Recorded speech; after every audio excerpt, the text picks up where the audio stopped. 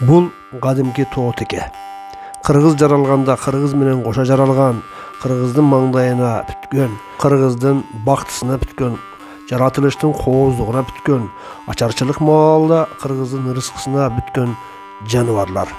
Бул жаныбарлар кыргыздарды далай ачарчылыктардан алып калбады беле. Бүгүн мен сиздерди зоологиялык музей менен тааныштырмакчымын. Андыктан аягына чейин биз менен болуңуздар. Бул музейди келип өзүм тартууну көптөн бери ниет кылып жүрдүм эле. Убакты сааты чыгып, атайын убакыт бөлүп бүгүн көрөрмандарыма жакшы маанай тартуулагым келди. Бул музейге киргенде кадимкиле шаардан көз ирмемде космоско учкандай болуп, тоонун үстүнө барып калгандай сезилет өзүңө. Азыр эле кулак мээңи тундурган машиналардын берген сигналдарын жана ошондой эле ызы чуулардын баардыгын унутуп, кадимкидей эле жомоктогу сыйкырчынын сыйкырына кабылгандай болуп, шуу деп барып эле аска бийик зоолордун үстүнө конуп калгандай болосуң. Мына бул камераны жыттагылап аткан тоо текеси, кадимки сакалы бар, мүйүзү баягы аңчылар тоого чыкканда кийик атып алышып мактанган текелер ушул. Мен 5 карыш кийик аттым десе, мен 10 карыш, 12 карыш мүйүздүү теке аттым деген текелер ушул болот деп биринен бири өзүнүн кыйындыгын көрсөтүшчү. Мына бул болсо сиздердин экраныңыздардагы кадимки бугу. Бугу болсо кийиктерден айырмаланып, аска тоолордо, зоокаларда жүрбөй, булар токойлордун ичинде жүрөт. Негизинен мүйүзү өзүнө жакшы жарашык бергени менен бул мүйүзүнүн деле азабын далай тарткан бугулар толтур эмеспи. Камераны келип мынандай жыттагандай кылып атайлап өзгөчө тарттым бул съемканы. Бул болсо кадимки сайгак. Бул жаныбар Кыргызстандын каерлерин байырлаганын билбейт экенмин, бирок чындыгында уккандарыма, китептен уккандарыма караганда бул көбүнчө Казакстандын талааларында болот деп билчилик. Мына бул болсо экраныңыздагы чаарчык экен. Негизинен бул кийиктин баласы чаарчыкка окшоп кетет экен. Мына бул кадимки эле бугунун торпогу болуш керек. Мына бул болсо экраныңыздагы бул кадимки жапайы доңуз. Анан бул доңуз Кыргызстандын баардык чөлкөмдөрүндө кездешет. Бул жайлоолордо, тоолордо, анан жада калса өөнгө чейин түшүп келип, далай дыйкандардын картошкасын казып, тумшугу менен жыра тартып картошкасын жеп кеткен жаныбар ушул болот. Арткы фондогу болсо кадимки эле аюу экен. Аюу Кыргызстандын кайсы чөлкөмдөрүндө жашаары туурасында менде так маалымат жок, бирок аңыз кептерге караганда, биз уккан, кичинебизден бери уккан ата-бабаларыбыздын сөзүнө караганда, ар жерден аюу жөнүндө көп сөз кылышат. Ал эми бул экраныңыздардагы жаныбар эмне экенин билбедим. Енот деген жазуусу бар экен бул жерде, бирок енот эмне экенин биз билбейт экенбиз. Мен өмүрүмдө мындай жаныбарды Кыргызстандан көргөн эмес экенмин. Мен себеби мен да тоолуу жерде чоңойгондугум үчүн билемин. Ал эми буна болбосо сүлөөсүнмү? Бул сүлөөсүн бизге кадимки тааныш сүлөөсүн. Бул мышыктар түркүмүнө кирген, кадимки биздин тоолордо байырлаган жаныбар. Ал эми бул жак болсо кадимкидей эле мышыктар түркүмдөрүнө кирген жаныбарлар экен. Кадимки эле мышык, талаа мышыктары. Мына бул болсо карышкыр. Кыргыз жаралганда кыргыз менен кошо жаралышкан, кыргыздын үйрөнүшкөн душманы, жомоктордо, аңыз кептерде, ырларда, дастандарда кирген, ар бир кыргыз бар жерде, кийик теке бар жерде карышкыр кошо айтылуучу жаныбар. Кадимки мына дөбөт экен, куйругун артына кыпчып, тим эле койдун козусун карыштыра чайнап турган жериндей кылып окшотуп катырышкан экен. Бул өтө уникалдуу экспонат деп билсе болот. Муну жасаган адамга 1000 жолу рахмат айтышыбыз керек. Караңыздар, тирүүдөн айырмасы эмне? Эч кандай айырмасы жок болуп турат. Мен бул экспонатты көргөндө кадимки эле Крыловдун тамсилиндеги карышкыр менен козуну элестетип кеттим. Бирок тилекке каршы адамдардын бул жерге аз киргени мени аябай өкүндүрүп турду.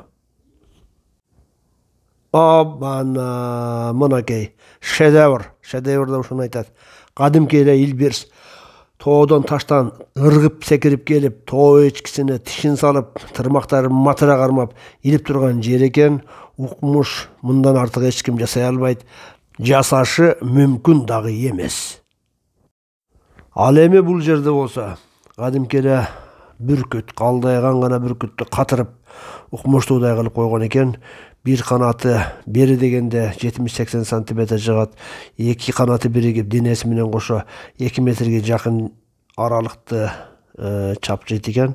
Мына кадимки бүркүт калдайып анан учуп асманда учуп бараткандай элес калтырат.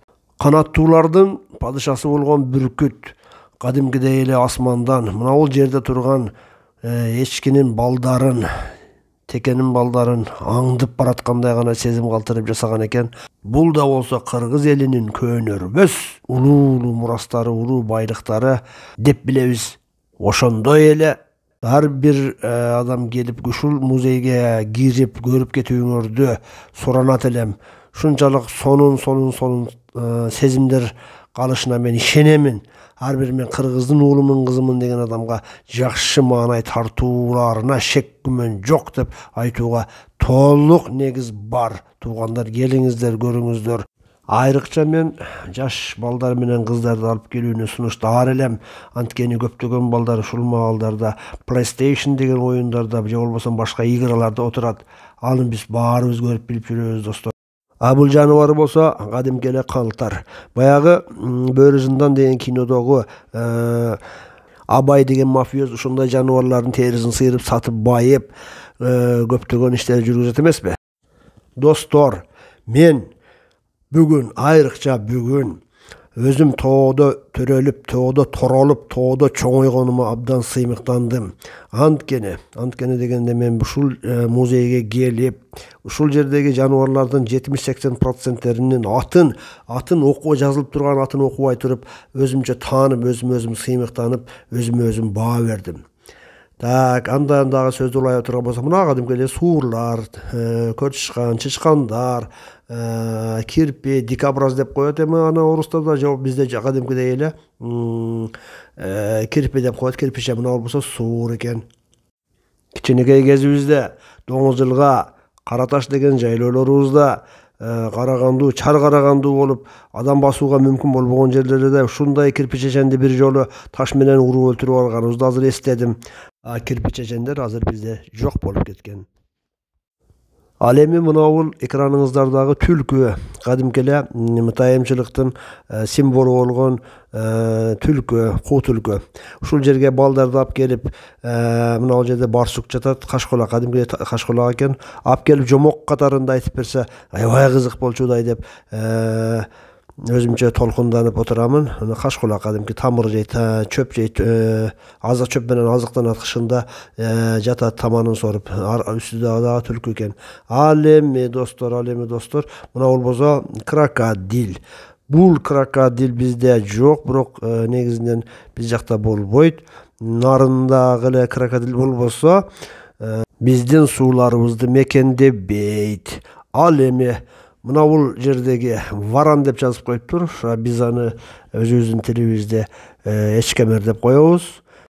Эчкемер деп койгонубуздун себеби бул жаныбар көбүнчө мына биздин Төөмойун, Таш көмүр, Майлуу суу сыяктуу жерлерибизде кездешет. Чындыгында уйларды эмип коюптур деген, канын соруп коюптур дегенге чейин сөздөрдү укканбыз, өз көзүбүз менен көргөн жокпуз. Мына кадимкидей эле эчкемер, кескелдирге экен. Так, андан сырткарынын жанында жылаан, ташбакалары жатат. Сөзсүз балдарыңыздарды алып келиңиздер, көрсүн, таанышсын, жаратылышы менен таанысын. Биздин Кыргызстандын кандай сонун жери экенибизди билсин. Мына кара чаар жылан экен. Мына жерде кадимкидей бутакка оролуп чыгып бараткандыгы туурасында көрсөтүлүптүр. Ал эми бул жерде болсо өрдөктөр, норка жана андатыр сыяктуу суу жаныбарлары катырылган экен. Бул жерде кызыл түлкү кадимкидей эле бир куштун балапанын аңдып кармап алгандай сезим катырылган экен. Достор, сөзсүз ушул музейге келиңиздер, көрүңүздөр, балдарыңыздардын аң сезимин өстүрүңүздөр. Абдан сонун таасир калтырат. Аң сезими, аалам таануусу, дүйнө таануусу өсөт. Мындан ашыкча, мындан сонун болбос деп ойлоймун. Ушуну менен урматтуу көрөрмандарым, бүгүнкү берүүмдү аяктаймын. Сиздердин көңүлүңүздөрдү көтөрүү биздин кызмат деп билебиз. Видеом жакса лайк басып комментарий жазыңыздар. Жақпаған болса дизлайк басып негатив комментарий калтырыңыздар. Анда эмесе кайрадан YouTube каналдан жолукканга чейин амандыкта болуңуздар. Jamil Production каналы бардыгыңыздарга ыраазычылык билдирет.